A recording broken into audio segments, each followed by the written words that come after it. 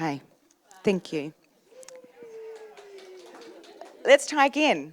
Cool. So, event of a fire alarm, just back where we were when we gathered for the pōwhiri this morning. Just follow one of our team in the Kōkiri t-shirts. We're a non-smoking site, so if you need to vape or smoke, it's just off-site past the exit there where we also gathered. Our whare iti is just out the back doors here, past reception and to your right, where you'll see the signage. And I'm just going to ask everyone again now, if you haven't already, please put your phones on silent. Everyone whose phone rings during the day, we'll get you to come up and do a little dance for us. Cool, and just been notified that if you've lost anything throughout the day, then that will be handed to reception. So if you just go and see them, then they'll have your lost and found. Cool. Okay. Ko waio. Ko the deaf date te maunga, ko the lak te awa, no Hollanda hau, ko Petra Stikers tōku pāpā, ko Plonia de Hudera tōku mama, ko Aramatafa taku tāne, ko Saratafa tōku ingoa. Te kaitiaki o tēnei kaupapa a Kōkiri. So, I'm originally from Holland, and in 1996, who wants to dance? In 1996, I met my tiny wee sweetheart at the Heafy Terrace New World, just over the bridge, and together we now have 4 handsome tiny wee sons. They are my driver, they're my why, in terms of wanting to work with Māori-led businesses and create those success stories out in our community for our rangatahi to aspire to. Cool. What is Kōkiri? In 2017, a study was done that revealed that less than 1%, in fact 0.1%, of all the participants in New Zealand government-funded accelerators were Māori. So that compares to roughly 17% of the population and was simply not good enough.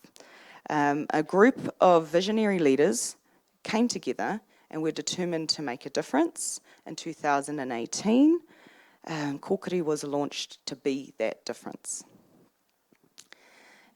As the first of its kind kaupapa Māori Indigenous Business Accelerator, Kōkiri delivers a sprint-based program across 13 weeks where we help teams hone in on the problem that they're solving and who they're solving it for.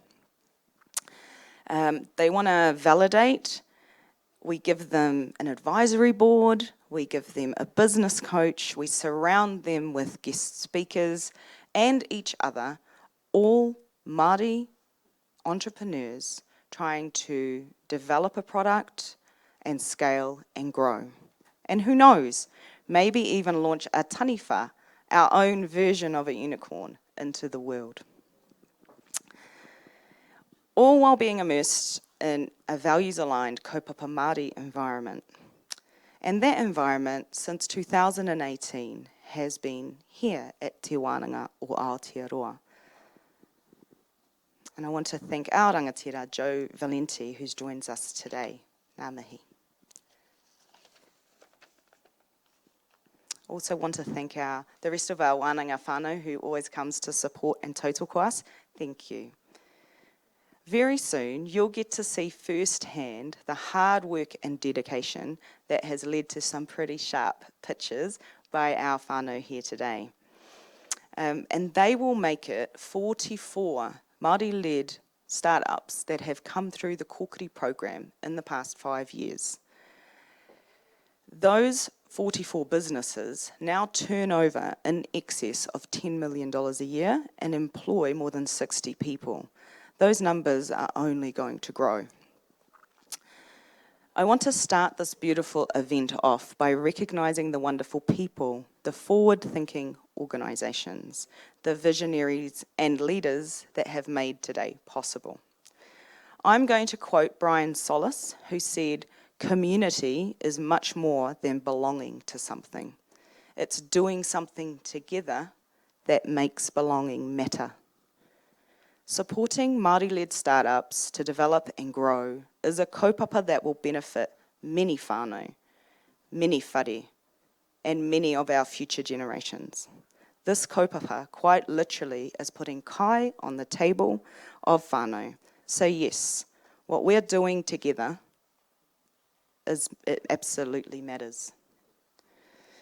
On behalf of all of the Kōkiri team and all the Pākihi pitching here today, I would like to start by thanking Callaghan Innovation and our friends in the room today, Damien and Jenny. Kia ora, thank you, for their significant support to our mahi and working alongside us to make this kaupapa better year on year. Thank you. I want to thank the team at Te Puni Kōkiri for your support through the cadetship program. We could not do it without you. To Tom Walsh and the team, our man on the ground here, Uncle Jim, kia ora. We thank you for joining. Ngā mihi. A huge thank you to our friends from Spark New Zealand who have been supporting the Kōkiri kaupapa from its inception. We're grateful to their leaders who join us this year as advisory board members. And I want to give a special mention to you, Ricky Hollings. You have a sweet spot for our whānau. And both while they're in program and for long afterwards, Ricky supports our businesses to grow. And we're very grateful. A heartfelt thanks to the team at Potama Trust. Thank you for coming today and joining us in celebrating the 5th cohort that we've supported together. Ngā mihi. We want to say a huge thank you to the team at ASB. Thank you for supporting the Kōkiri program and the Māori businesses we work with. Anthony, your expertise in finance and your willingness to help and promote the mahi of our teams is hugely appreciated. We're grateful to Marissa and the team at Tātaki Auckland Unlimited for your ongoing support. Thank you. A big thank you to the team at Xero, who are in their 2nd year of sponsorship of the Kōkiri program. Their support has been brilliant, and our teams particularly appreciate the sponsored Xero subscriptions that mean that they can keep good books from the outset. We feel very fortunate to have the continued support of Waikato Tainui, our local iwi and home of the kingitanga. Thank you to Trina and the team. Kia ora. It is our ultimate goal to see that established Māori business owners support up and coming Māori business owners. We call this concept tuakana teina. And we're starting to see that here in the Kōkiri community. A few years ago, we started to see amazing support from Kale Panoho, kia ora Kale, from K&J Growth, and Lee Tamatamu from Arataki Systems. They're both Māori business leaders in their own right, and we are humbled to have you guys show us how it's done. Thank you. This year, our teams were fortunate enough to have to get to spend a day with the team at Datacom, who, as an organisation, also provided a large number of advisory board team members. A huge thank you to the team that Hussein Al-Badi leads, and we're grateful to have them witness the fruits of our labour. In addition to our financial sponsors, we also have an amazing group of in-kind sponsors that support our kaupapa. So please accept our heartfelt thank you for the legal insights that come from Phil Taylor and the team at Tompkins Wake, the intellectual property insights that we get from the fabulous Linnell Tawhiri Huria from Kahui Legal, the venture capital insights we get from Rob Vickery at Hill Ferrance as well. And then I want to talk about our advisors. So each team is given a group of advisors to act as a pseudo board during the term of their Kōkiri program. And we do this to give them that experience of what would it be like if you took on capital and suddenly had a board to answer to. How could they help you, and what would you need to do on a regular basis to actually manage those relationships? So we're very grateful to the people who volunteer their time, our advisors, who joined the teams on their journey. Your input has made a huge difference, and we're so grateful for your support. A special mention to my new friend Kerry Top. I don't know who knows Kerry, but Kerry took it upon himself to send a group message to his influential friends this year and added 10 people overnight to my advisory boards from C-suites around the country. And he has graciously grown our whānau, and we really appreciate his koha. In addition, the Kōkiri program includes insights that are shared from 50 volunteer guest speakers across 13 weeks. I owe a lot of IOUs to those 50 guest speakers, quite scary when it adds up over 4 years, who provide the aspirational fodder to our teams to cling to and to aspire to. They come from all across the world. We've had people join us from New York, from London, from Australia, from Togo. We've had people join us from all over the world to share their business journey, their learnings and their lessons, so that our teams don't have to learn those lessons the hard way themselves. We are so grateful that they give of their most precious resource, their time. So a massive thank you to all of our guest speakers. We want to start our agenda today with a panel discussion on what makes investing in Māori business different. So we've been through this awesome program. Our teams are ready to rock and roll. What do they need now? They need capital. By and large, they need capital. So Māori business and capital are slightly different, and I think it's a really healthy thing to do to start the conversation in a room like this with some experts to kind of lead that out. So a lot of you have contributed your pātai. So I'm going to invite our panel of investment gurus up to come and go through those questions and have a kōrero and just have a listen and use that panel discussion as a way to kickstart your own conversation around your questions to do with what makes Māori business investment different and how we can support our young, early stage startups who have Māori founders to navigate this minefield, to navigate this landscape so that their businesses can go forward and grow. So I would like to invite up our panelists. So our panel is going to be hosted by the great Aisha Ross, who is the papa of Kōkiri. He is our fearless former leader and now the CEO at PKW, his home in Taranaki. The Kōkiri kaupapa is definitely close to his heart and would not exist without this tōtara in our midst. So we're grateful that he continues to, as he becomes more important and in demand, he continues to answer our call when we need his support. So please put your hands together for our panel host, Aisha Ross.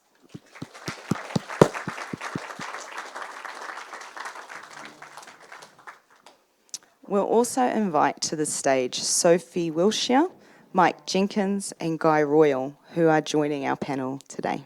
And I'll pass over to Aisha. At the end of the panel, he'll hand over to our hostess to the mostess, Billy Joe.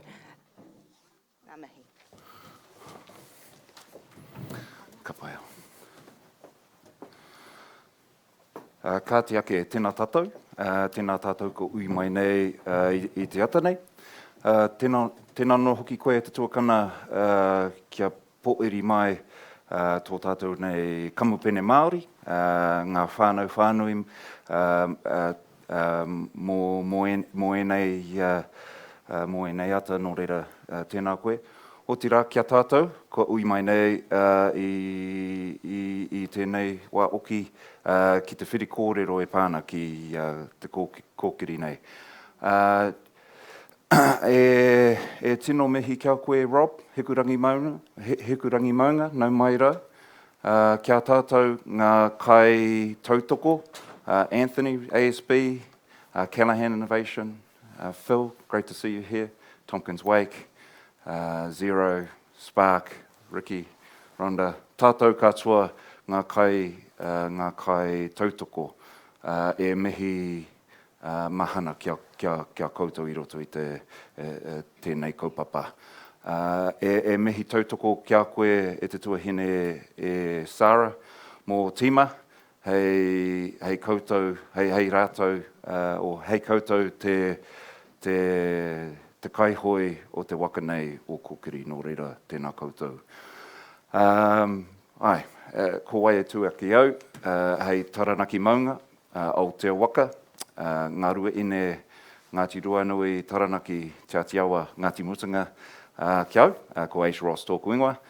It's my pleasure to be here to sort of have a bit of a kōrero about Māori startup and certainly the investment into that. Oh, just one acknowledgement. Just want to mi'i to Trina and Waikato Tainui. Great to see you here also. So on that note, I'll kick us off. I'll hand the rākau to each of our panellists. They can ko wai koe, no hea koe. Tēnā tātou. Kia ora. Tēnā koe, ko Sophie tōku ingoa. I work for Callaghan Innovation as a kaiwhakatere, so as a customer navigator. I'm here also because I am doing my Masters in Technological Futures with Academy EX, and my area of interest is in how venture capital can better support wahine Kōkiri Māori. And so this is a wider kōrero that I wanted to participate in for many reasons, but also to promote the good word of what we're doing as Te Tiriti partners with Callaghan Innovation as well. So thank you for having me. Good everybody. My name is Mike Jenkins, Ngāti Raukawa. I'm really proud to be here today. This is a big passion of mine, supporting the next generation of Māori founders. Really excited to obviously listen and learn from the founders today in this part of the showcase, and it's been a real honour to be a mentor for Ako Academy today, so look forward to them dominating the scene. Kia ora tātou, ko Guy Royal tōku ingoa, no Ngāti Raukawa i te tonga. Commercial lawyer by training, been doing commercial investment work for near on 30-something years, and specialise now in the Māori sector, so mobilising Māori investment to figure out how we can invest into our Māori Pākehī. And it's trickier than you might think. Ka pai. Guy, let's start with you then, while you've got the microphone. To kick us off, really keen to get your views on how you describe the current investment landscape with regards to Māori startup. Okay, so just for those who don't know the space, to start a business in New Zealand for startup capital for many years was really tricky, whether you're Māori or not. And historically, we didn't really have much startup capital in this country compared to a lot of other countries. And so the government recognised this about maybe 20 years now ago and started to invest to try and stimulate. I think we might have had one, potentially two venture capital funds in those days. And we certainly didn't have a lot of angel investors and others. We now have something around, tell me if I get this wrong, Aisha, we must have something around 16 VCs. And which is an extraordinary amount. A lot of it supported because of government investment into and supporting them. But those VCs, of course, carve out a certain space and look at a certain place, and they tend to become from a certain background, and they haven't traditionally looked at the Māori pipeline of activity of Māori venture investments because they're just not in those networks. We just don't see them. Kōkiri is an attempt to try and highly profile some of our Māori businesses.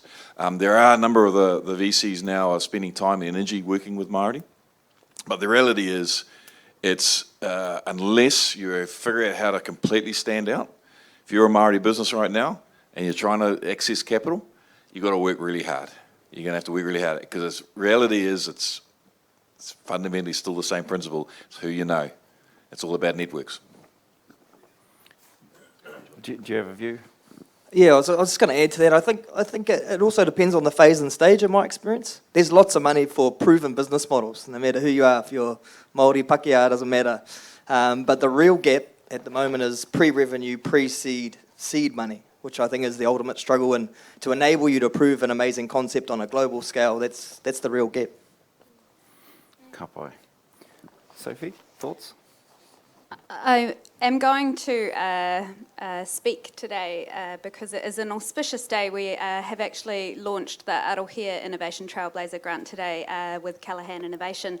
And so this is the first grant that we've ever had that supports innovation. So what we are talking about is both access to pūtea and having that capital to co-invest with the government for funds such as this. but this is the first time that we've had something that can actually accelerate and gather more evidence and take shorten the gap between launching your innovation and getting it onto a global world stage. So it's pretty exciting. Ka pai. Mike, what's your views around some of the challenges or obstacles that Māori founders will face in that pre-seed to seed sort of stage of their startup? I think, at least in my experience, there's a fair bit of misinformation about Māori-owned business and Māori-operated business, and it's that it's different or not as good or not as strong or not enough for longevity or, fly-by-night sort of thing. But there's just so many brilliant examples, and I think the other big challenge we've got is we're actually our own worst enemy. We talk about this Māori economy and we're all here to support each other, but then we see one of the brothers or sisters doing amazing things, and in our little community, people shoot them down. It's not really the uplifting community that we want it to be, that we're aspirational, that we chase. And so for me, I think, if there's one ask from this audience, it's actually when we see one of our brothers or sisters doing amazing things, like, let's raise it up. Let's be less shy about it. Let's show the good thing, put it up on our platform, whatever that might be, and let's celebrate it both locally and globally. Because I think some of that thing, we're thinking too small. We're thinking way too small. And there's some phenomenal talent. We're going to see some of that today. And I'm really excited about the future, but we do need to raise it up and think bigger. And just to another point, for that pre-seed startup, typically a company that a couple of founders who come up with an idea, they would go and you rely on what they call the friends, the fools, and the family. And you go and ask them for a bunch of money, just whatever they can scrape together so you can get going and build a prototype or do your R&D or build your app or whatever it is you're going to do. Of course, the wealthier your friends, family, and fools network is, the easier it is to get the money. And of course, for a lot of Kōkiri Māori, they look around their friends and family and whānau and they go, where am I going to get this capital from? So it is also historically an issue in New Zealand is we don't tend to invest into companies. We've built an economy where if you want to own assets, you tend to buy in property. We've done that over a number of years. We're finding that's causing significant issues for us, but we don't seem to have the same level of investment by mum and dad investors and others into companies as equity. And so the model of investing into companies does not really resonate with a lot of people. But that reality, that's how companies get up and running, is there are a couple of people around it. Now, my kids are lucky because they come from a middle-class family and their parents are happy to invest into the staff. And by the way, all your mokos and your kids are all looking at side hustles. Virtually all of them, because that's the nature of the world now. They'll have a side hustle, some form. Whether it's a good one or a bad one, that's to be debated. But they'll have some form of side hustles where they're looking at. And they need to be inside an environment that supports them and makes them think about the opportunity about if you create wealth for yourself, not through working for others all the time, salaries are great, raising is very good, but creating genuine wealth for yourself and seeing if you can carve it out. Now, a lot of them think they'll become YouTube influencers, but there are other pathways. We have some really amazing examples of organisations that embody the Māori way, te ao Māori in business, and what I think is this gives it an unfair competitive advantage always. It's living authentically by these values with the quadruple bottom line. It makes a really successful and appealing Pakehi for investors, and it's authentic. It happens naturally. It's just the default mode for a lot of these organisations. So that's the thing that we can lean into.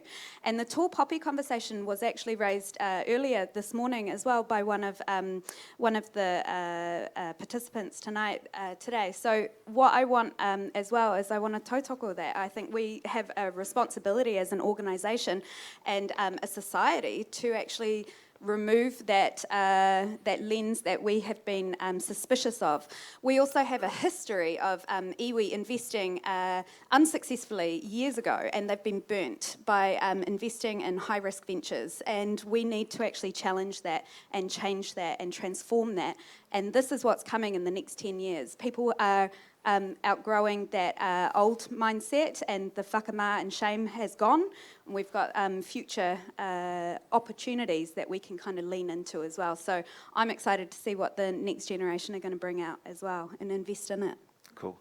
Guy, just want your views around iwi investment into the startup asset class. Yeah, so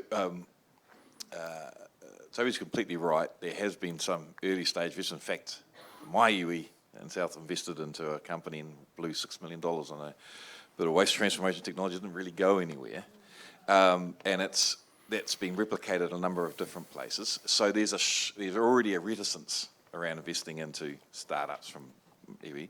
And if you think about it, of course, you've been asked to take in a whole lot of settlement money, grow that pūtea, don't lose it, which is the number one rule, and see if you can grow it. And so it puts you in a certain economic model. And when you talk to iwi investors, they're as hard-nosed as any Wall Street brokers. They want a commercial return. They want to, oh, by the way, you need to grow Māori entrepreneurs as well, and you need to and grow all of our opportunities, but commercial return, and grow our Māori returns and take risks, but commercial return.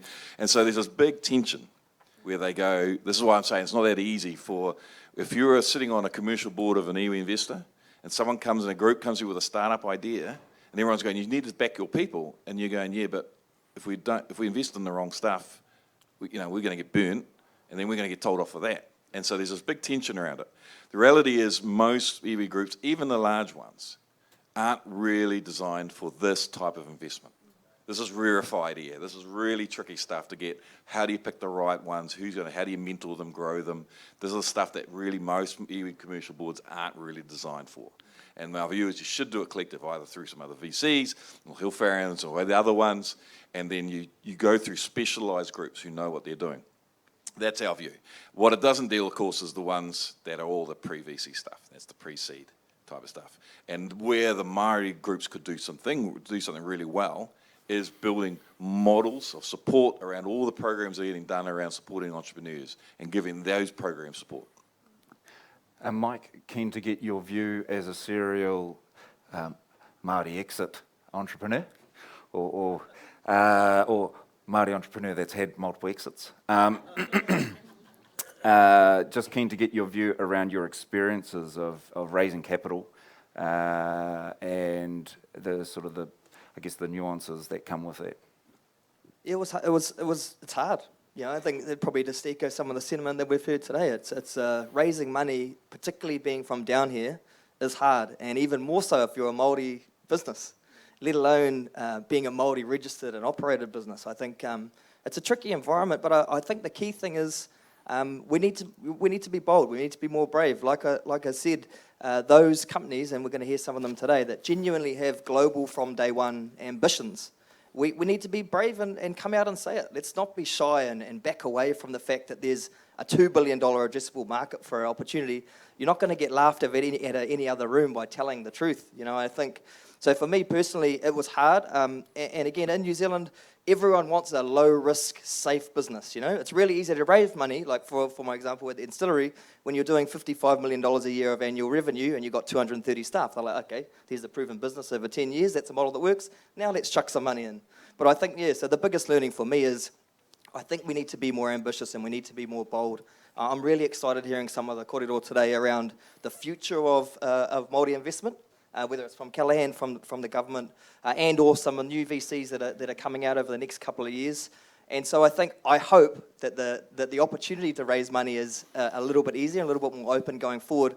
But at the moment, it is very tough times. And there's lots of startups. We've just heard it over the morning tea this morning. I think out of the Kōkiri Accelerator a couple of years ago, there's 2 or 3 that are left that are still going. And it's not because the idea or concept wasn't valid. It's just they ran out of runway and probably didn't have enough time. And I bet you there was no shortage of conversations going on around how do we raise more money. So I just think, we just need to be better. We need to support these businesses. Ka pai.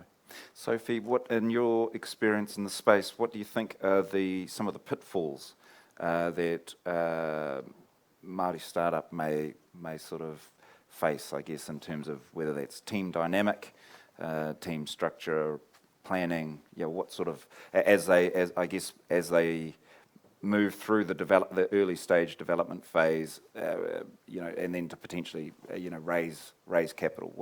What's your views there? I feel like it's along the lines of being courageous. So, kia manawa nui, we need to continue staying strong in the face of adversity and picking ourselves up when we fail fast. So there are some key characteristics that we see in entrepreneurs, and the most important one that I've seen in my career is the difference between a good idea and doing it. Is the person that I see that goes and does it is successful, even if they fail. So I would encourage everyone to take the honest feedback too. If it's not a good business idea and it's not robust, and the VCs are not interested in giving you the putia, you need to change something. So take that feedback on and continue to aspire to be better. But what I also wonder, and I am curious about as a government organisation, whether we have the right structures for support, and whether we need to actually change our offering to better suit Pākehā Māori entrepreneurs or entrepreneurs in general, because we don't have the grassroots products that support the pre-seed. So everything we provide is co-funding. We provide funding into the Kōkiri Accelerator program as well, which will address a lot of what you're talking about, which is the structure of the business and learning how to operate. But I wonder, and it's for everyone today, maybe we need to take this away and go and do something with it, but do we need to actually create a better suite of products to support that gap in the market to help our entrepreneurs? Ka pai. As we sort of draw to the end of our panel discussion, let's start looking out. Very keen to get on the collective view around sort of what would enable accelerated growth of our people in this space. So absolutely from an entrepreneurial perspective, and then perhaps we'll give a perspective from the VC community and angel community as well. Great question, Aisha. Two things from me. One is we're sitting inside a building which is a product of big aspiration. All right, so this is rongo wetere, sitting back and watching what was happening in the education sector and thinking about the opportunity to do something pretty significant. And also, although being particularly tied to Maniapoto, to Waikato, to Tainui, building a model for Aotearoa. And sometimes I feel a little bit we get constricted inside our own communities. So we're sitting right now in a product of giant aspiration. And my view is this should be one of the big youth thinking or phases we should be thinking about for the Māori sector. We've raised everyone's kind of education. We've gone through the phase one, getting educated to a component. Next thing is we've got a lot of excitement. Kōkiri is an example of it. There's a lot of excitement for Māori entrepreneurs. My view, the next phase should be about Māori entrepreneurs communities asking for going big aspirations, big global thinking, big opportunity. Right, so let's get through the phase of just learning how to do the stuff as fast as we can and get to what are we going to do things that will transform community and make a mark on the world from this country. And I think Māori are perfectly led for us because there's an incredible amount of entrepreneurial zeal that's around. It's just now it's about honing it. And the second thing about is for trying to understand capital. Capital finds its right home, tends to generally. It's matching the capital with the aspiration. So don't start talking to VCs if you don't have a commercial business opportunity, because that's not their model. They don't know how to deal with this stuff. If you're looking about impact, social impact, dealing with something particularly in your community, find the capital that matches that. Don't waste time and energy talking to VCs and other commercial groups around that stuff. If you're interested in the commercial stuff, race straight towards the VCs and others and get direction around how we're going to build a business that's going to make it worthwhile and make a big impact on it. And tends to be the energy you get from revenues, capital, is the energy that drives businesses to grow or organisations to get bigger. So you've got to figure that pathway for yourself. Yeah, I mean, 10 years from now, I just hope that the Māori economy has a much bigger influence on the New Zealand economy. And I think our potential is only limited by our ability to execute. That's the first thing. And then the second thing for me is about education, and there's so much diversity and opportunity, but I don't think we can afford to wait for the government or the Crown to create the opportunity for us. That's probably my biggest thing, and I've seen a lot of that, you know. Where everyone's just waiting to get the opportunity or have it provided on a silver platter. The reality is, in this day and age, we need diversity of thought across these startup teams. So there's going to be a group of young entrepreneurs, and we need to teach people entrepreneurism, like at the very young age. I'm talking like 10, 11, 12. We need to have a community that supports going into startup business and knowing it's a bit of a risk. And yes, you can go get a civil engineer job for 50 or 60 grand, and that's legit as well. But you know, there are other pathways, and as community, we need to be supportive of those. And then I think also, you know, one of the big gaps, and I didn't actually talk about before, Aisha, around the future of tech in New Zealand, but we're massively underrepresented in tech and digital as Māori people. And software engineers and architects and AI creators of the future and email programmers, we need more of us to be leading that next over-the-horizon view of what's coming in tech. And so for me, if we can start investing in not just creating the next generation of entrepreneurs, but training these kids at a very young age and showing them that there's a new opportunity for them and a new pathway, you know, that easily exceeds and doubles the opportunity of your take-home pay, I think we're really going to be putting us on the right path moving forward. And so that's what excites me. Tēnā koe. It's really cool because I met Mike today and I asked if he'd had Callaghan Innovation support, and he didn't. And what we actually find is that a lot of our Pākehā Māori just get on and do it. And like I said, it's the doing that's very exciting. So kia ora, like that's cool that you've been able to do what you've been able to achieve in your time too. So having role models like yourself and giving back and mentoring as well is super powerful to the wider ecosystem. We've got examples of other organisations that have that kind of 500-year plan in place. And one of our Māori organisations that was on the Callaghan Innovation 100 report, which is 100 great inventors for New Zealand, innovators and entrepreneurs in New Zealand, is Wakatu, and they were really successful in the execution, but primarily coming from the food and beverage and the agri space. So the primary industry still dominates, and I really want to support what you're saying, which is we need to diversify our thinking as well. And there's so much opportunity in deep tech and mātauranga Māori and combining the two. So shout out to Matakohi Architecture and Urbanism, who come from Taitokiro. Jade Kake has been doing amazing stuff in this space. We've got other organisations such as Invico Systems with Cameron Baker at the helm, and he is truly inspiring. He is doing what my son is starting out now. He's a combat driver in the army, but Cameron has ended up in drones and utilising the latest technology for the betterment of all of Aotearoa and the world. So he has a global ambition, and having Frontier Ventures and Māori Pākehā together with that global ambition, it's exciting. The last thing I want to really highlight is that transition from new to normal has begun with the latest award that was created for the High Tech Awards, which was the Māori Entrepreneur Award. That was really transformative at the time. It pushed boundaries. People weren't expecting it, and it took a lot to get that over the line, and now we just accept that as normal. And that is so powerful. So what we do today will have big impacts in the next 10 years, and I'm so excited about it. It's really cool to be here today as well. And Koro, Green Waste, he's also from Taitokiro too, so just mad plug for him. Stick around, he's the last one. Very, very good. He hoi anō, hei whakakapi, o hei whakakapi tō tātou nei kōrero.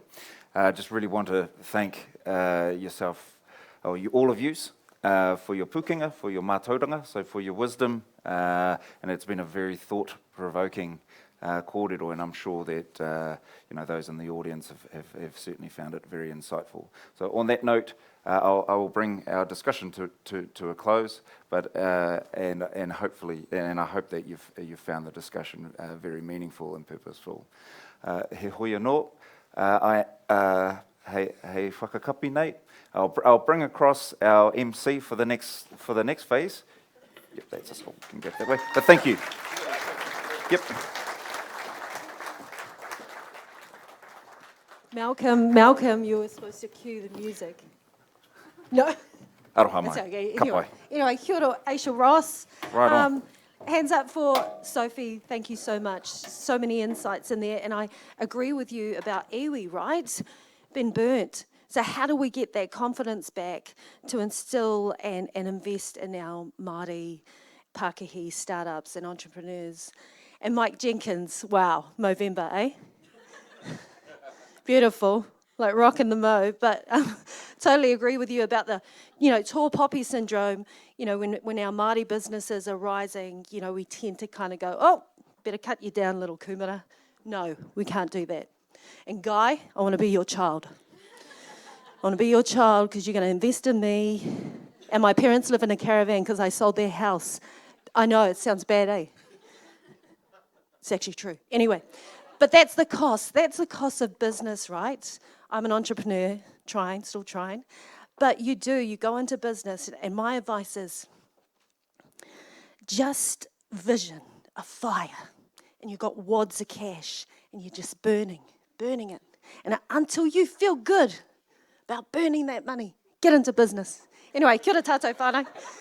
Yeah, that's what I say. Okay, so we have a suite of amazing up-and-coming entrepreneurs. As an entrepreneur myself, it has been a journey. And you know what? It's lessons that you'll never forget and leave. And it's something you can't learn in a book, right? Well, coming up next, our mama was inspired by her pepe. And she is about to launch onto you. So wallets, bank accounts, let's go. We need to invest in our startups. Great pleasure to introduce Ako Academy.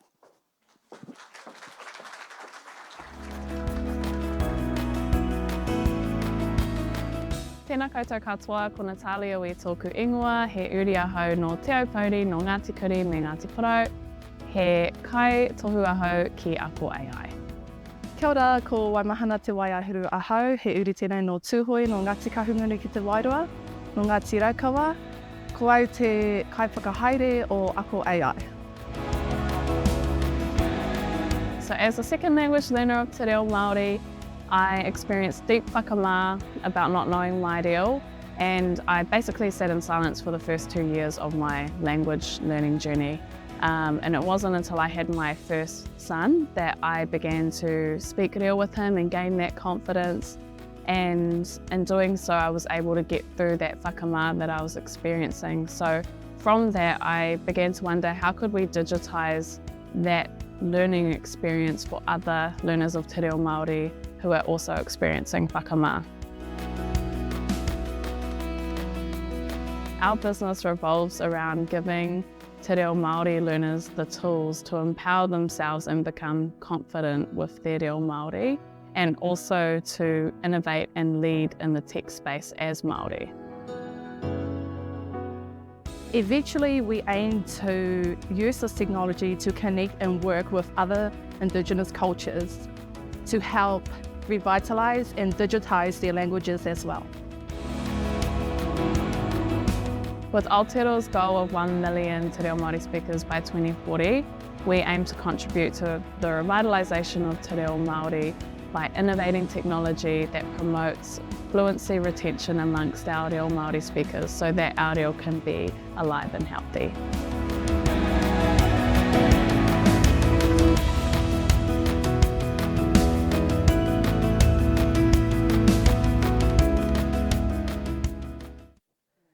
Have you ever held back from trying something new out of fear of failure, judgment, or humiliation? This feeling is all too familiar, especially when it comes to learning a new language. Here in Aotearoa, many of us hesitate to learn Te Reo Māori due to lack of connection with heritage, fear of asking questions, or feeling self-conscious about our proficiency. I can relate to this struggle firsthand. As a second language learner and urban Māori, I felt completely disconnected from my culture. You wouldn't think it now, but when I first had my son, I knew only a few words in Te Reo Māori. It was through interacting with my own child that I gained the courage to practice in a safe and non-judgmental environment. My son and I were reclaiming our language. He was my very own reo buddy, and as my son grew, so did my reo. I began to wonder, how could we digitize this experience? Now, picture a world where you can access your very own reo buddy who tutors you right from your phone. an app that empowers you to grow your reo anywhere, anytime. Let me introduce to you Ako AI. With our innovative app, you can learn te reo Māori at your own pace, have a tailored learning plan to meet your individual learning needs, learn everyday words that are relevant to your sector, and grow confidence with speaking te reo Māori with a digital reo buddy. The market potential for Ako AI is huge. Aotearoa has nearly 450,000 public servants, all whom are required to meet the Te Arawhiti Māori Crown Relations Framework, where te reo Māori is a key competency. I know this because now I'm a trained and qualified te reo Māori teacher who works with organisations raising their cultural competency and teaching te reo Māori.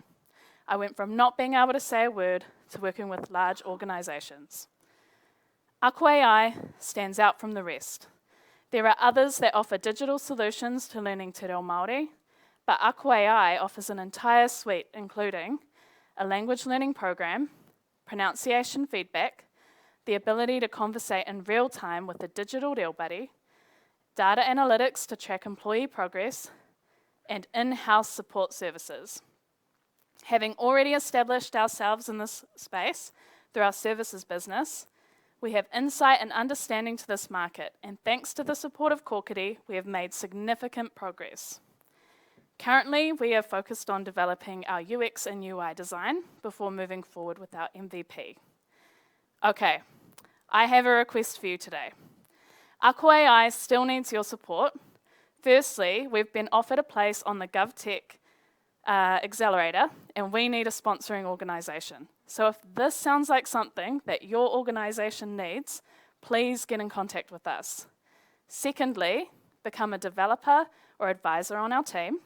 And thirdly, follow our journey on LinkedIn. We have created a beautiful solution to learning te reo Māori, and we have the potential to expand that to other languages. But let's take this one step at a time.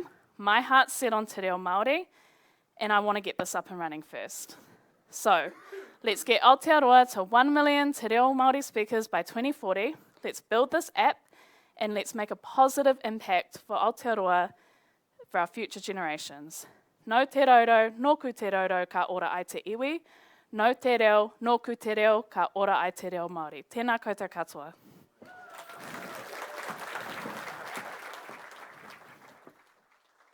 Kia ora, Natalia. Wow, how was that, everybody? A reo buddy to learn te reo Māori. Now, can that reo buddy be like someone like, I don't know, Jason Momoa, or hey, Mike Jenkins and his cool ass mustache. Anyway, presenting Hewa Systems.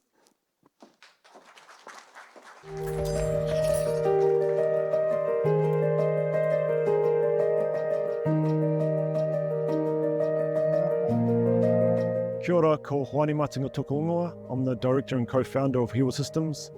I've been involved in the construction industry since 2015 and the technology sector since 2019.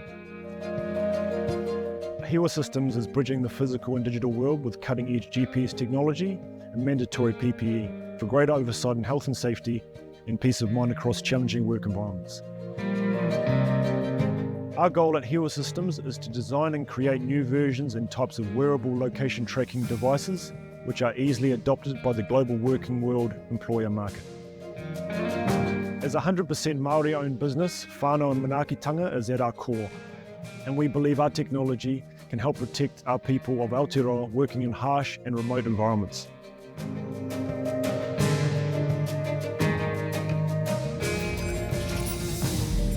Hewa Systems.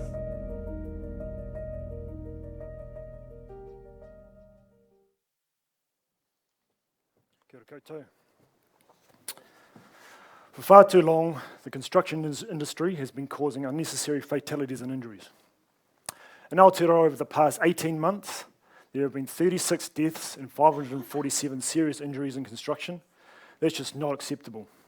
Be it companies, corporations or governments, safety is an ethical responsibility, and if there's technology out there now that can help mitigate this in your workplace, we need to use it. So we went on a mission to find that technology, but soon found that existing hardware was not only insufficient, but impractical. So we created our own. introducing the eTech M500, the world's first geolocation-capable headset, enhancing worker safety and productivity via tracking and geofencing. It can aid in efficient emergency mustering, which we see as vital with the rise in extreme events due to global climate change, with version 2 alerting workers in close proximity to danger zones and heavy moving machinery, both features which could save lives. The headset can also record exact injury data, include time, location and witnesses, as you can see with this worker's movements to sick bay after his injury. This precise information can aid insurers and ACC with claim accuracy, so it can save them a lot of time and money. The data from these headsets doesn't just respond to the present, it can also shape the future. From deriving all this accurate data, we can unlock the power of artificial intelligence using predictive analysis, which would proactively identify patterns to help prevent accidents before they happen.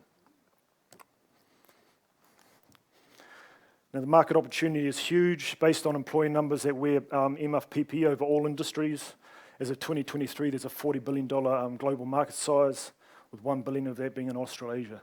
If we obtain just 1% of the Australasia market, that's $10 million, which we see as possible within the next 2 years. And as you can see, here it ticks all the right boxes, and it's not just because it's our pitch. GPS has never been applied in an earmuff before, and the next best hardware that we could use was actually the mic track, which only lasted for 3 days on one charge. We've got our tech lasting for more than 3 months.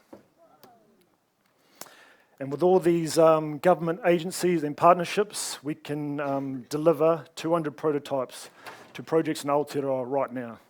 They've just reached our shore and they'll be deployed, so it's exciting times. We will begin generating revenue by leasing the majority of our headsets on the Picton ports in 2023, with Dunedin Hospital in the pipeline for 2024 with 1,500 workers at its peak, with a duration of 10 years, and that's a $2.68 billion project, so it's one of the biggest New Zealand's ever had. So what do you do when you involve technology in earmuff? You contact the biggest earmuff company in the world, 3M. Instantly, 3M got back to us with a signed NDA and MOU, and with a foot in the door, we see 3M as the outlet for these innovations to be shared with the world. With the potential to be the technology arm for Google Earth, which uses open source mapping. So the ability to scale it into multiple industries is huge. Now, as Billy alluded before, I was part of the Māori All Blacks in 660, so I know what hard work and dedication looks like. And so does my business partner, Iaka Ronganui, who was named Ernst & Young Entrepreneur of the Year in 2017. We both have a lot of grit, resilience and determination, so the company is in good hands. So if you're with the same mindset, come talk to us about your potential role as a customer, investor, and join us on this journey to redefine workplace safety and productivity for the world. You know, our greatest triumphs tend to often come from our greatest tragedies. And on that note, I'll leave you with a whakatauki from our personal ambassador, Cliff Curtis. Look to the past in order to forge the future. Nā reira, tēnā koutou, tēnā koutou, tēnā koutou katoa. Thank you.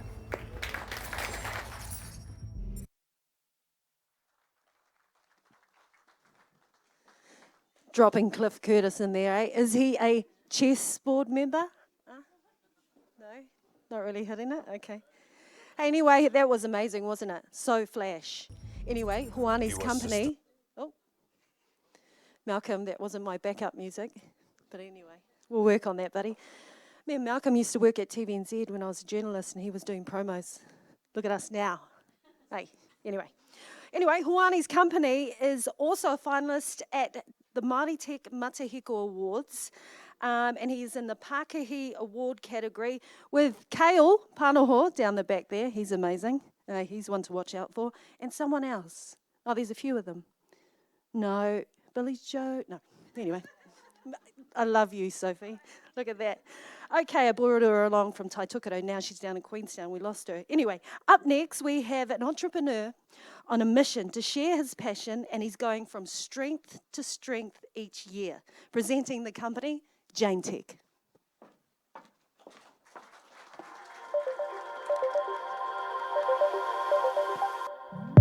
Kia ora, my name is Arahi Hippolyte. I'm the founder of Jane Tech Gaming.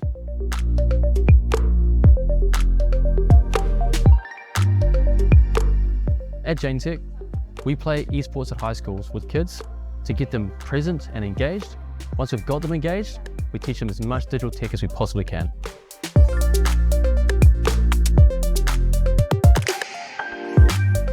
Our vision is to put amazing technology in the hands of our rangatahi so they can have an amazing digital future.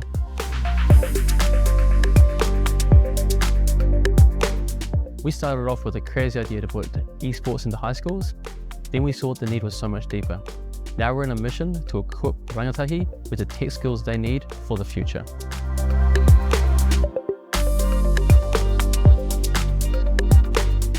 At Jane Tech, our values are innovation and fun. We're always looking to improve ourselves and our rangatahi, and if we can't have fun while we're doing it, why do it at all?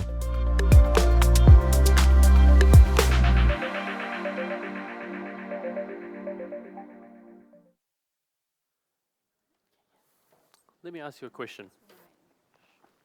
How many of you are comfortable using the technology that's new and emerging to create your future? I'll give you an answer. If you're not, go back. How can our kids be? Kia ora whānau, my name is Arihi Hippolyte. I'm the founder of Jane Tech Gaming, and our mission is to make sure kids are ready. So let me share with you a trend that's quite alarming. The total number of New Zealand high school students over the last 15 years has been relatively steady. However, the number of high school students enrolled in computer, IT, or digital technology subjects over the same period has been falling, and fast. The reason why this is so alarming, whānau, is this is New Zealand's digital divide. We talk about that a lot. This is it. You're staring at it. This is the gap between those who know and those who don't, and you can see it's getting bigger. In previous and my existing roles, I get to work hands-on with students, and I see that they don't have access to advanced tech. They don't have skilled teachers, and they just don't have enough time with the technology. So our solution is to make tech education fun. We want to make it engaging. We want to make it present. We want to use esports because esports is fun. It gets them engaged. We want to get role models, positive role models, and put them in their pathway. And we want to give these kids as much time on technology as possible. Let them play with it. So we have a simple pattern for our solution. We use esports first up because esports is fun. It is a positive use of their time, and it demands excellence of them. In our tech spaces, our learning spaces, we encourage safe play with the technology, and we normalize failure as one of the best ways of learning tech. We have our courses, we have a few of them, esports, content creation, AI, game dev, just to name a few. And as the technology develops, we move with the tech. So when your child finishes a Jane Tech course, they walk away with real skills, skills that they can use now and as they create their own future. So meet the team. We're all gamers.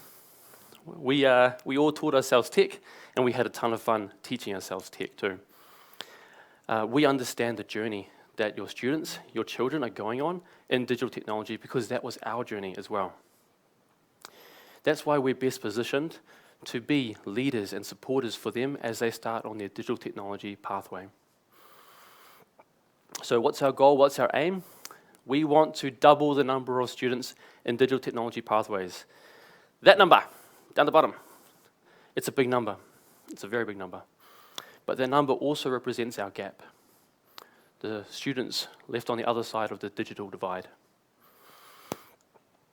So we're still in the early phases of our mission.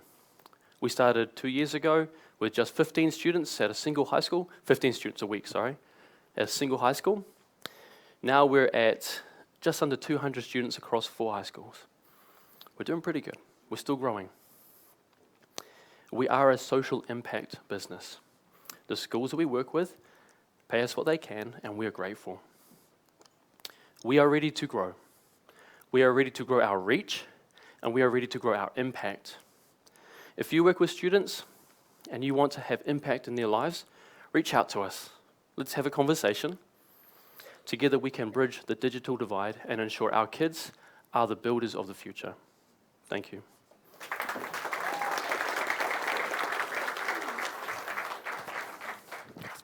Wasn't he amazing, everyone? That was Arahi.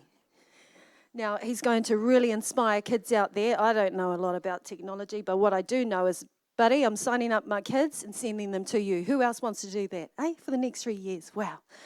Okay, next up we have a mana wahine on a mission to create a more holistic and te ao Māori journey for those taking their final journey to Hinunui Te Pō, presenting the Pākehī Urutapu.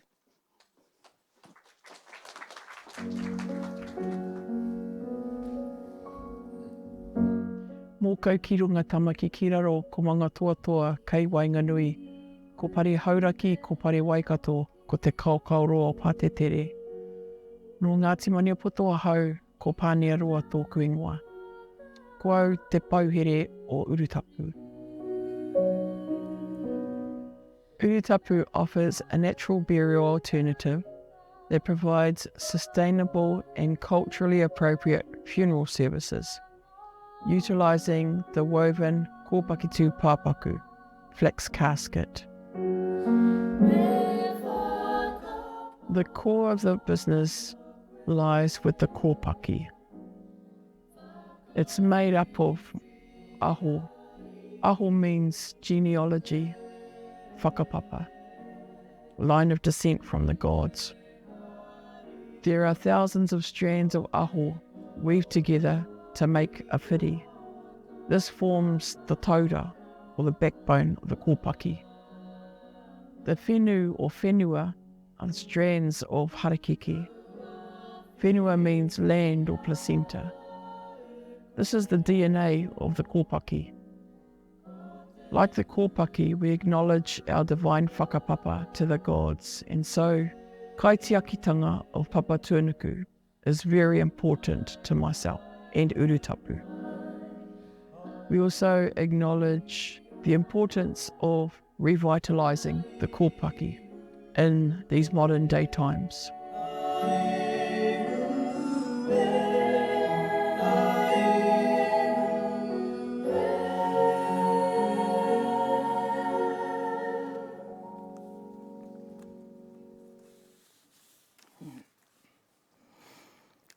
Tēnā koutou katoa, ko pāne roa tōku ingoa. As we all know, death is a fact of life. When we face our own mortality, we can prepare ourselves and our loved ones for the inevitable.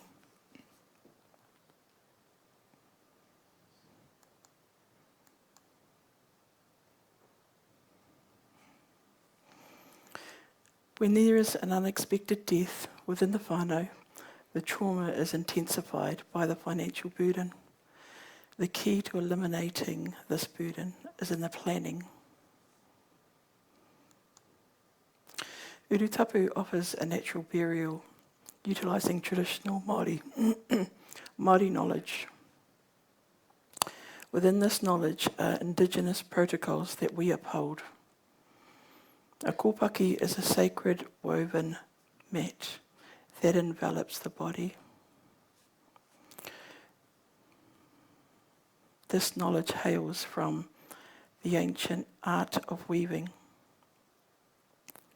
The natural DNA of flax leaves a small impact on the environment. Weave while you grieve is our healing affirmation. Like the sacred spring of Hamurana, Urutapu is the only one of its kind in the world. Specialising in traditional Māori knowledge sets Urutapu apart. The kōpaki combined with Western funeral practices is our unique trademark. Furthermore, Urutapu can teach the whānau to make their own kōpaki. In any natural disaster, a kōpaki is the perfect solution. Almost 5,000 Māori souls perish per year. Urutapu will endeavour to provide wānanga to a percentage of those whānau. We want to empower the pathway of healing. A wānanga provides an opportunity for people to learn how to make their own kōpaki in an Indigenous environment. Te arawa and Tainui are our focus iwi over the next 2 years. In that time, we plan to teach kōpaki wānanga to 100 marae, creating a meaningful experience. We are decolonising death. In the past, Urutapu have partnered with iwi, trusts, health providers, as well as Health and Safety Commission. Feedback from whānau highlights the impact Urutapu has with strengthening and connecting communities. We support ongoing long-term relationships. Within a decade, our dream is to have every marae weaving their own kōpaki, utilising their own resources. If you have a marae or know of someone who does, contact me or book a wānanga on my website, urutapu.co.nz. Also, if you have connections with funeral homes and you like what you see, contact me through my website. I'd like to take a moment to thank the Kōkiri team, especially Sarah, and my amazing coaches, James and Edith Davis Sigley, and also my advisor, Ricky Hollings. I'd like to finish with my whakatauki, ka matea ma te kaora ora, whaia tēnā, whaia ora, mauri ora kia tātou.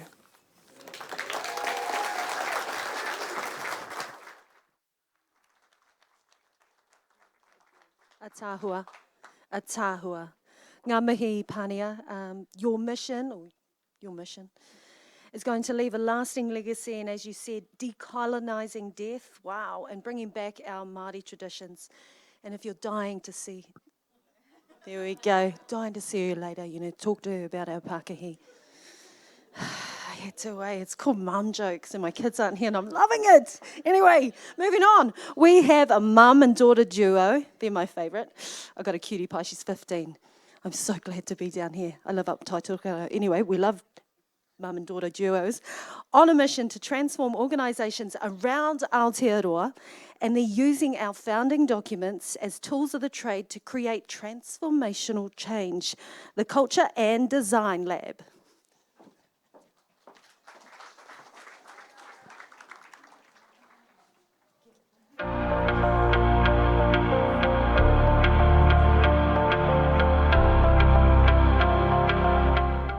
Ko ruape i te maranga, ko wanganui te awa, ko Ngāti Hāewa te iwi i te taha o tōku pāpā no Ngāti Hāmoa. My name's Yulia Leilua and I'm a co-founder of the Culture and Design Lab. Kia ora, my name is Ngā Peter and I'm the co-founder and design lead of the Culture and Design Lab. We're a family team that's been working with each other since 2018 and began our startup, the Culture and Design Lab, in 2022. The Culture and Design Lab is a learning, design and strategy company, and we focus on undoing racism and building allyships by improving Indigenous diversity and inclusion in the workplace. So our vision is to help workplace leaders foster social cohesion in the workplace and better cultural intelligence. What that means is it creates a sense of belonging, inclusion and participation. Our values are tika and pono and mana tangata, which means to empower people from all walks of life. When we build a stronger bicultural Aotearoa, it benefits all of our diverse communities and it helps them to create a more equitable future for themselves.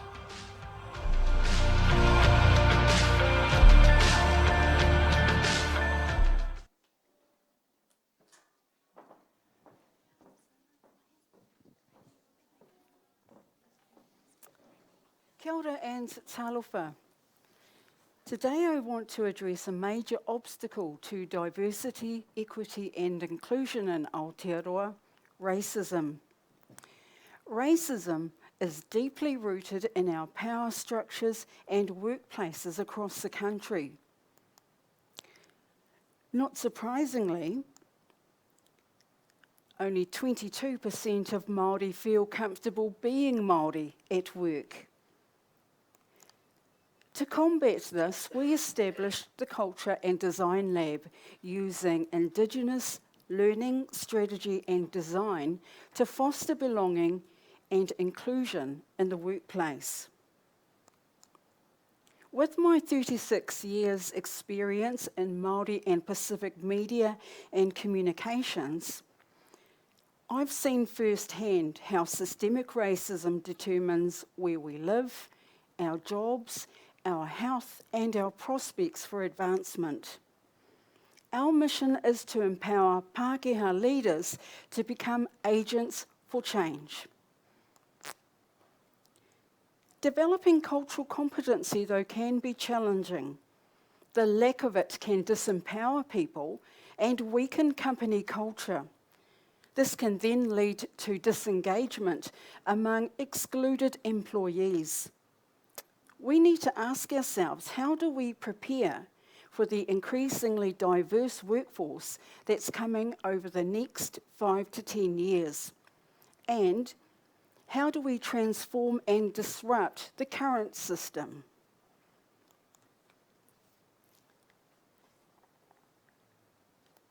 Introducing Kaiako, our mobile learning platform. It delivers bite-sized cultural competency lessons every day to C-suites, Tier 2 to 4 managers, frontline workers, and diversity and inclusion and learning and development teams across an organisation. We provide topics like the Treaty of Waitangi, Matariki, anti-racism and allyship, and diverse Pacific cultures. Through user interactions, we personalise content to cater to their roles and their learning styles. GPS tracking enables location-aware learning. Every interaction will be analysed using AI to enable better data-driven decisions by leaders and HR managers. And we prioritise ethics, security, privacy, and safe learning. Initially, our focus will be in the public sector and aligning with the Crown's anti-racism goals. But there are significant opportunities also in the tech and health sectors. After extensive research, we've chosen to venture into a less crowded market where we believe that we can stand out. Our roadmap involves further validation of our idea and addressing specific challenges from our users. We'll seek research and development funding, conduct beta testing, and work closely with early adopters to look at limitations and barriers. And by October 2024, we want to have our pilot program validated. Kaiako will join our existing portfolio of services, allowing us to bootstrap by bundling our Indigenous learning, design and strategy products and selling them at premium prices. We want to partner with mobile developers and software engineers, as well as te tiriti and allyship advocates. Together, let's decolonise our workplaces so that everyone thrives. Nō reira, ngā mihi, malo lava.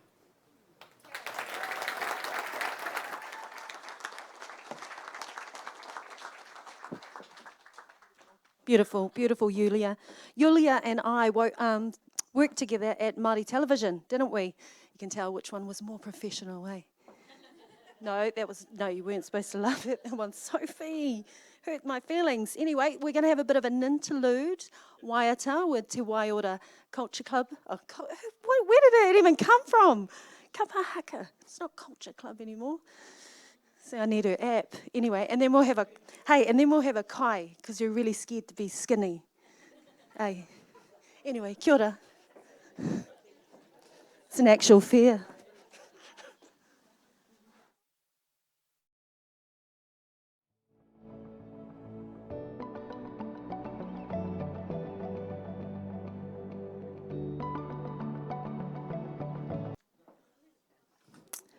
Hit it, Malcolm. Wow, look at that. We're on.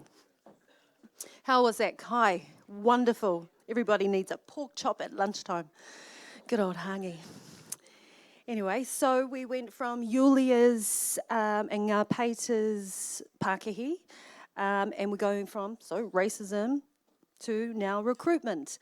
And up next we have a power couple who are on a mission to make finding a job and seeking new workers an enjoyable experience. Presenting Pero.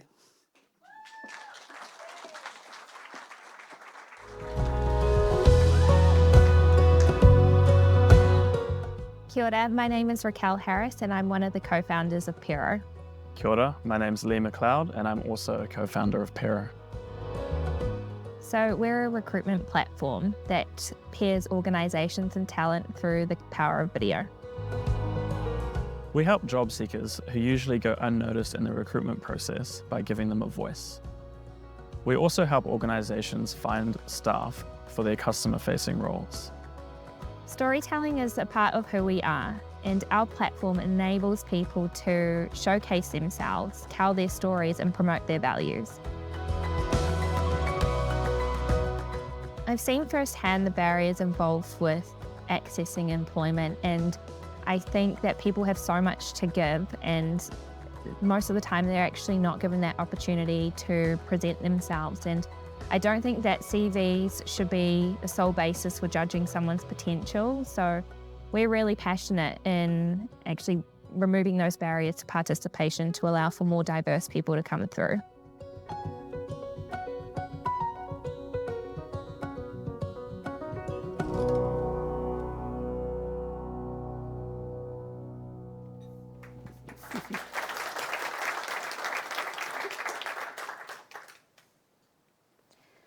Picture this. You're an employer trying to find the right people to work for you.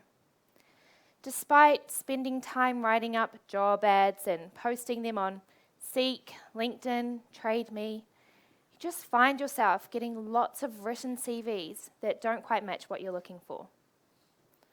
Or maybe you're not getting any written CVs at all. Or you're a job seeker trying to figure out how to make your CV stand out, or struggling to determine whether the company will be the right fit for you. Both employers and job seekers are in the same boat. They want to stand out and be noticed for their uniqueness, but traditional methods barely scratch the surface. They hardly show someone's real personality and the true company culture. And that's where Pero comes in. We're a platform that allows businesses and job seekers to promote themselves through storytelling. As an employer, you get to highlight your company culture and values and attract the right people.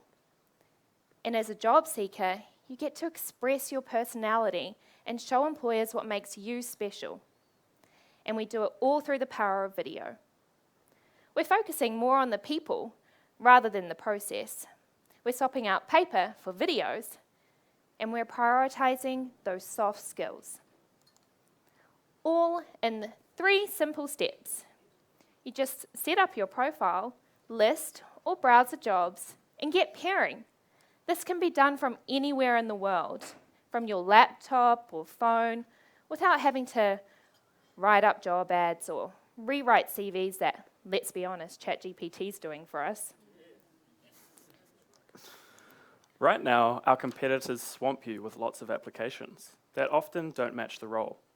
But at Pero, we help businesses find employees who are genuinely interested and a great fit for their team. We save time by bringing users face-to-face from the first instance. We provide quality over quantity and the best candidate experience. Unlike our competition, we maintain a human-centered approach. Businesses can subscribe and choose a plan tailored to their hiring needs. The best part, we attract genuine candidates. No more spam CV applications.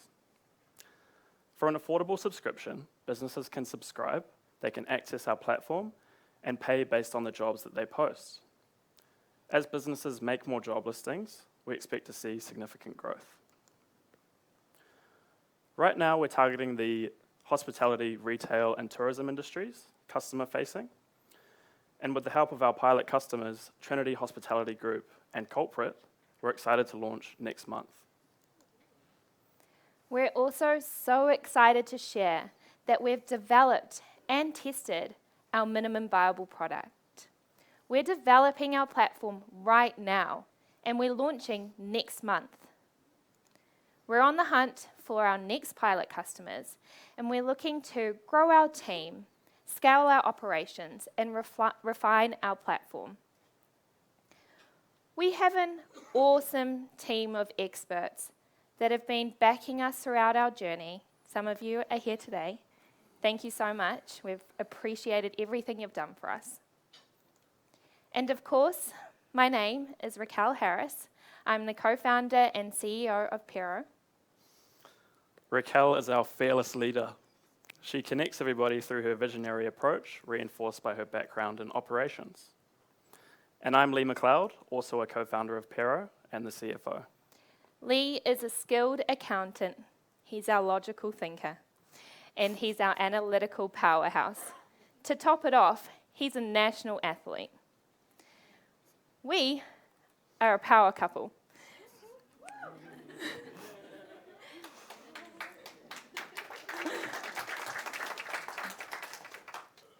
Together, we complement each other's strengths with a shared vision of creating a more inclusive hiring process for everyone. So, we want more pilot customers and eventually investment. So come and meet with us and get pairing with Pero. Thank you.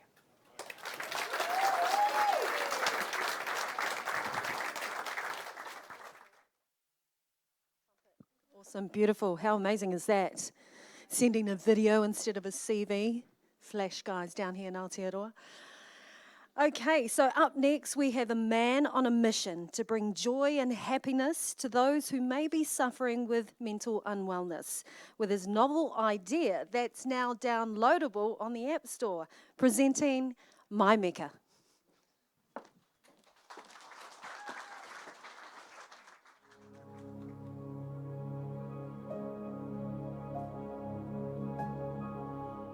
Well, My Meka is an app designed to stop sad as, that's stress, anxiety, depression and suicide. My vision for My Meka is I'd like to see it a go-to product to help billions of people around the world who suffer from sad as.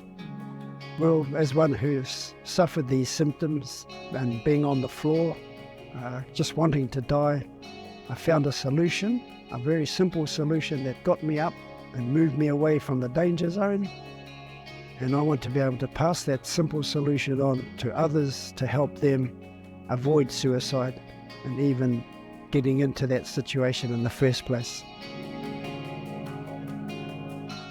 Yeah, when Roger first talked to me about My Meka, I was really interested because personally I've had a life that was sad as.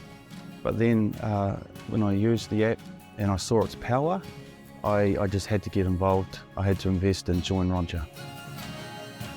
Yeah, based on our mission to make others better off, one of our core values is empathy, something that is really needed when we're helping people who suffer from sad as.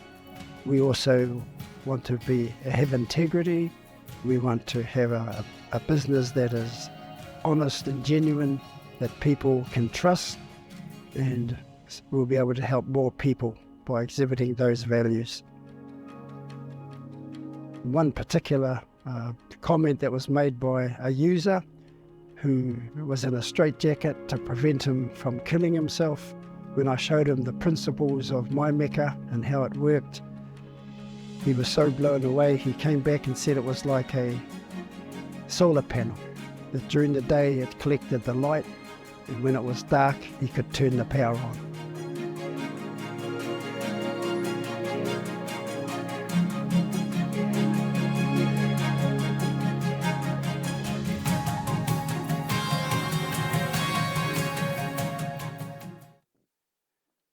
Kia ora koutou.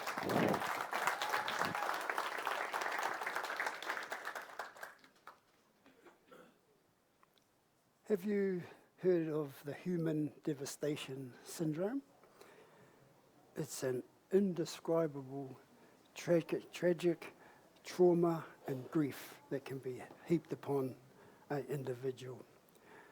Mental health experts are concerned as sad as accelerates into the community and into whānau, leaving a trail of devastating suffering and a financial burden that runs into trillions and trillions of dollars every year. Can you help us make others better off? Can you help us stop this sad as disorder? How can we do that? Well, I found myself in a devastating situation, a period of devastation which included the loss of our daughter to cancer, heart attacks, many other devastating events, and eventually a near-death fall of scaffolding.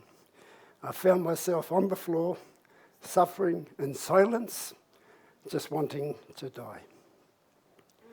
And one of my meltdowns, I had what we call an Ernest Rutherford moment, where I accidentally found that simple solution.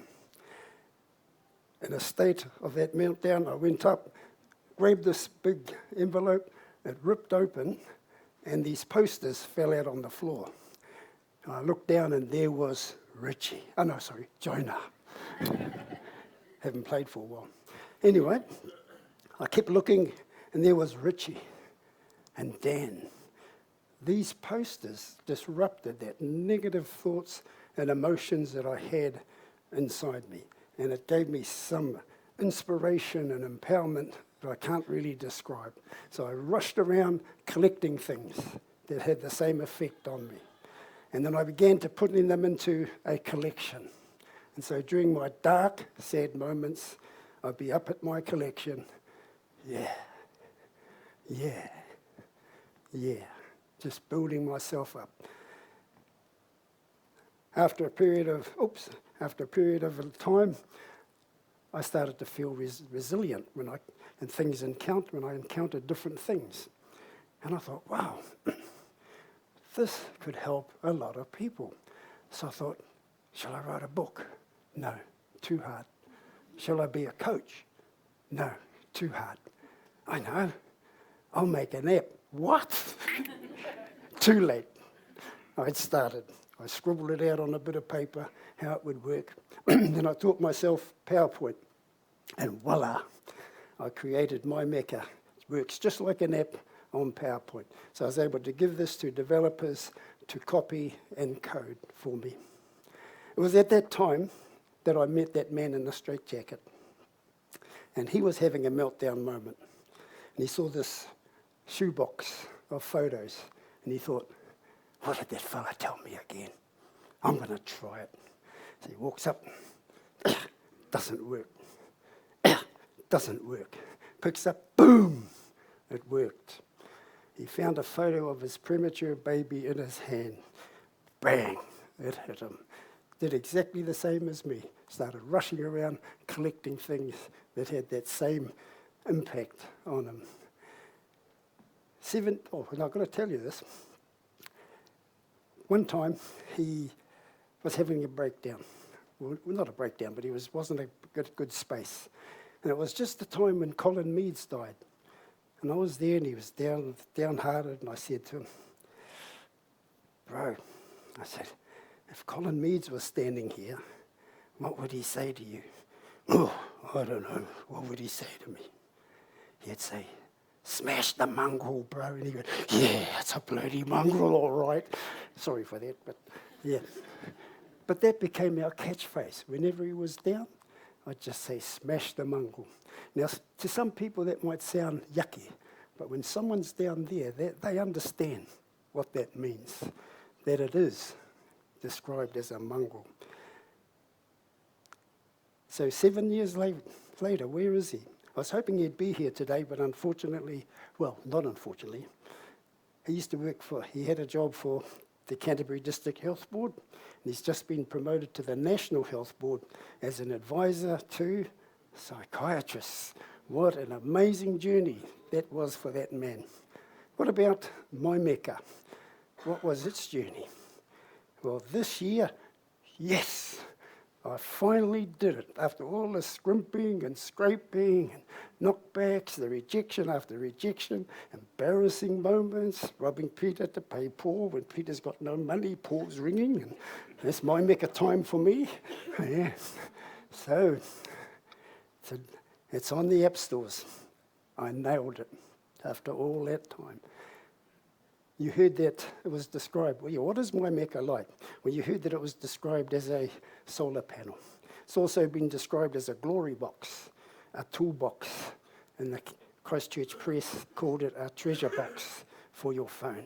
What will my mecca be for you? I'm going to tell you one thing, it'll be simple. Because look who made it, a koro. It's got to be simple. And I made it even simpler by putting nothing in it. So my mecca's superpower is nothing but simple. And when you compare my mecca with the competitive apps out there on mental health and suicide prevention, these ones are clunky, they're verbose, they're academic, they come from an intellectual perspective. My mecca is completely different. It comes with a blank canvas for the user to create and to produce their own exclusive and unique collection that will empower and make them happy and inspire them to become resilient. Whānau, my request is that you try my mecca. Even for 1 year, it's only the cost of half an hour visit to a psychologist. 1 year for half an hour. Not a bad trade. If you're an investor, we're ready to scale. We're building a team. So if you'd like to reach out to us to see if we're a fit for you, please do. You can contact us on our website. Anyone can contact us on our website, mymecca.com, or on my email address. I'll put my personal one up for you afterwards. And we're building a team. So we need team members who can help us scale this and take it to the world, to help us so that together, whānau, we can make others better off. Together, we can help stop the sad-ass disorder that is sweeping the world and causing that human devastation syndrome. Roger that. Take it, pai, whānau. How awesome is that, eh? And, you know, the grit and tenacity that Matua Roger had to endure over that 8-year journey. Wasn't he too mecca? There's my Sophie. Love you. Okay, continuing on. We have a mum who wants to turn teenage boredom. We all know that. Mum, what are we doing? Anyway, she's got an amazing idea, and that's going to earn them cash. Presenting Up To.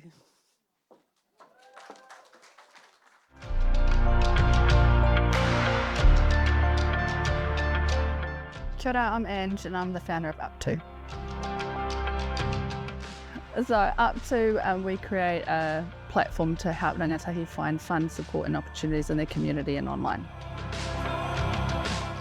There are a lot of organisations funded in our communities to support rangatahi, but a lot of them, you know, nobody even knows of. And so the reason I created Up To was so that young people would know what support's available in their communities and online so they can get the help that they need. One of the impacts of Up To is that we'll have happier kids because they'll have something to look forward to. What I saw was a lot of kids having nothing to look forward to and missing out on opportunities just because you don't know what you don't know. And so our hope with Up To is that they'll be able to find fun things to do in their community. And another impact, I think, with a lot of mums and parents in general is we stress out a lot about our kids spending too much time on devices. Our hope with Up To is that it'll be an easy way for them to find things to do instead of being at home on the screen. They could actually go out and find other rangatahi to hang out with and find fun things to do.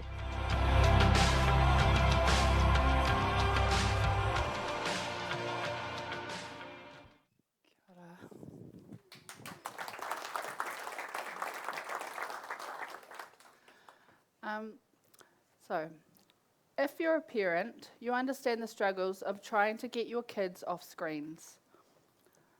But what if we could make screen time profitable? Businesses struggle to produce digital content, while young people create digital content every day but struggle to monetize it. What if there was a way to provide a solution for both of these problems? The solution is Up To. A mix of Google Maps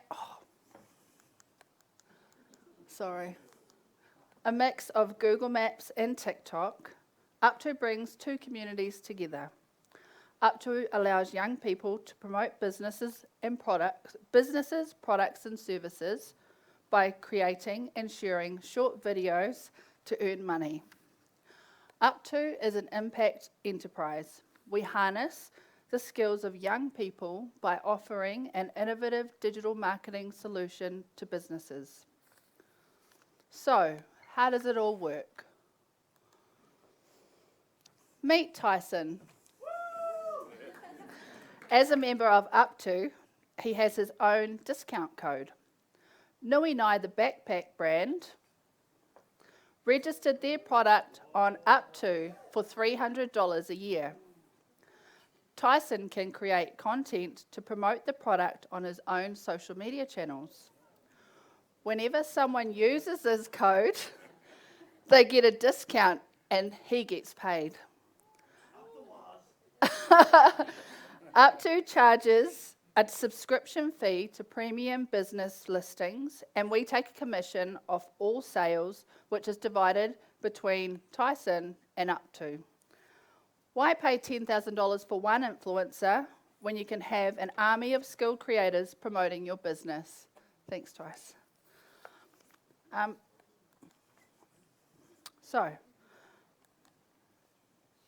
No other organisations offers all of our services and supports young people to earn an income.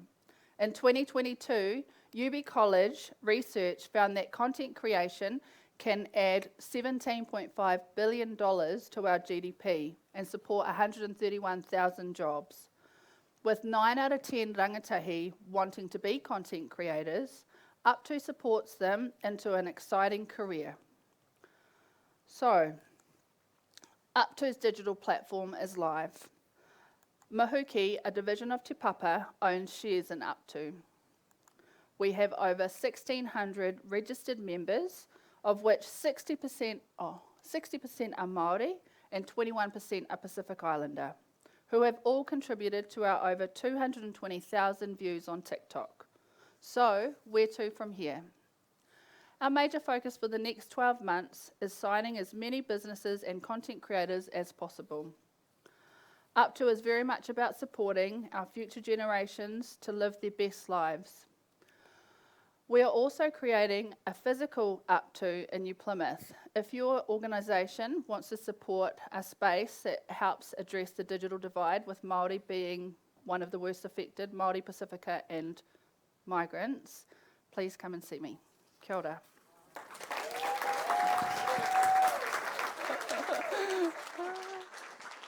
So awesome. Thanks, Ange.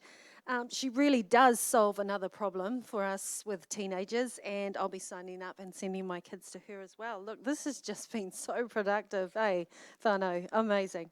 Anyway, last but not least, he'll say, we've saved the best for last because he comes from Ngāpuhi, but he's a man on a mission with a mate to turn a waste product into a hard-hitting business, presenting Green Waste Products NZ.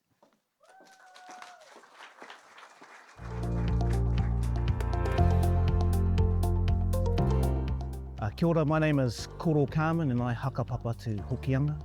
I am absolutely passionate about the game of golf, and so some golf mates and I, Wade Fong and Vaughan Himara, who also hakapapa to Te Tai Tokerau, co-founded Green Waste Products NZ, and our mission is to turn gorse into golf tees.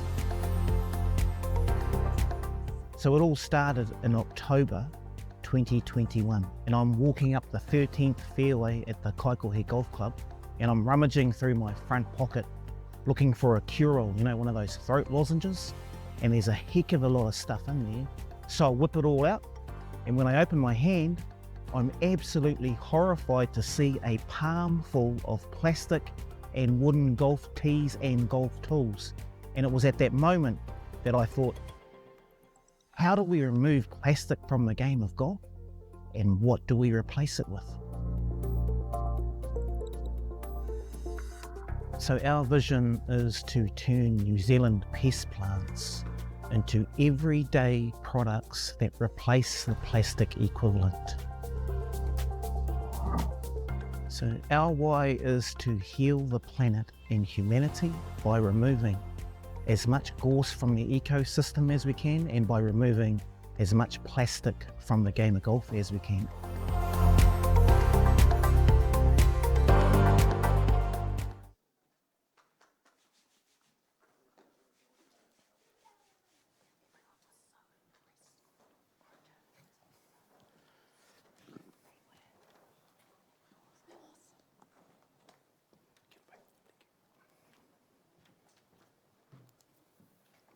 Kia ora whānau. My name is Koro, and my co-founder Vaughan and I, we have identified two problems. Problem number one, every year we make 3.5 billion golf tees, primarily from plastic. What happens to all that plastic? And problem number two, we are drowning in gorse. Gorse covers 1.7 million acres, or 5% of Aotearoa. That's 13 Aucklands. And every year, we spend over $20 million trying to control it. So what's our solution, I hear you ask? Well, let's turn that gorse into 100% natural and compostable golf tees. I am absolutely passionate about the game of golf. And it's fair to say that Vaughan is on the journey. Green Waste Products NZ is a pre-seed startup. Vaughan and I have startup experience in the environmental tourism, education, and organic weed management spaces. I am the GM, and that stands for Gorse Mediator. I'm responsible for business development and marketing and sales. Vaughan is the GM, and that stands for Gorse Master. And he's responsible for tea production and material collection. So we started our tea making journey on a 3D printer. We then upgraded to a Black & Decker power drill. We have since purchased a mini lathe. We developed a prototype, and we've had that prototype tested over a 2-month period by over 20 golfers. We have received amazing feedback. We have early adopters. We have had positive engagement with Scion Research and the New Zealand golf sector. And as I speak, Callaghan Innovation are preparing a feasibility study. And we are starting to tell our story online. But whānau, something really awesome happened last week. We had an amazing Zoom meeting with a Kiwi guy called Owen, who now lives in the UK, and he has done for several years. Owen is currently working for golfers with the European Ryder Cup golf team. And for non-golfers, that's the pinnacle of golf. And Owen said, Koro, make sure to get me some tees and I'll put them in the hands of the captain of the European Ryder Cup golf tee. Massive, massive. So we are a niche, a premium, lovingly and individually handcrafted golf tee made from the stems and the offshoots of the gorse plant. Basically, we are the only golf tee in the world made from gorse. Our tees have a slightly larger body, modelled after Vaughan and I. So we won't break as easily as the traditional wooden tee. We feel familiar off the club face, just like a traditional wooden golf tee. We plan to scent our tees to help calm and energise our users, because it's all about finding an edge. Yes, whānau, we do have competition, and a lot of it. But guess what? Can someone just say what so that I feel like you're engaged? Thank you. They don't solve our gorse problem. According to Golf NZ, there are 135,000 golf members in Aotearoa. Around about 50,000 of that 135,000 are aged between 19 and 60. Our target customers. But let's not forget about the international opportunity. It's massive and it's growing. Because we are a handcrafted product, we aren't able to make volumes at this point in time, and I suppose that aligns to our premium proposition.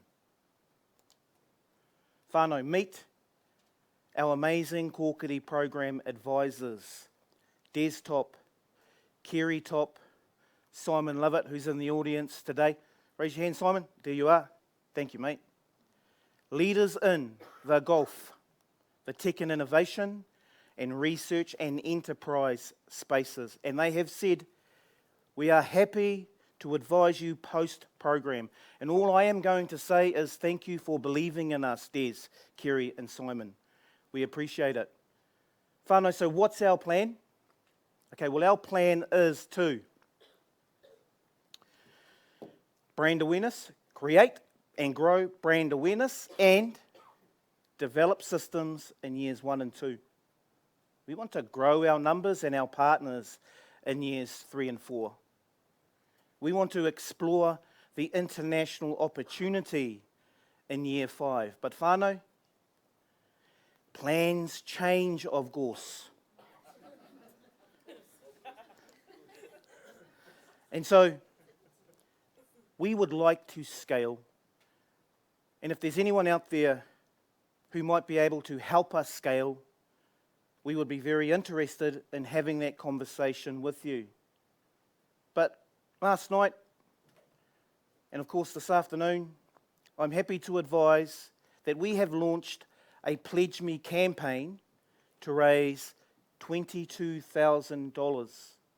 That money will help us to purchase critical tea production equipment and gorse removal equipment. That money will help us to engage our compliance obligations. That money will help us to explore ways of automating our current process. And whānau, Vaughan and I thank you in advance for your support and for sharing our kaupapa with your networks. So visit the Pledge Me website. We went live last night.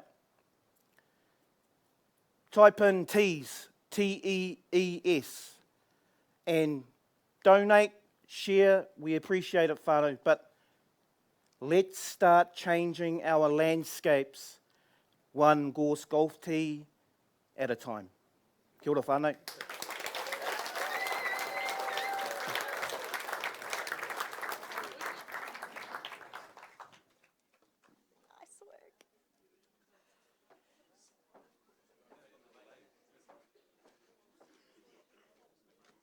Ka rawe.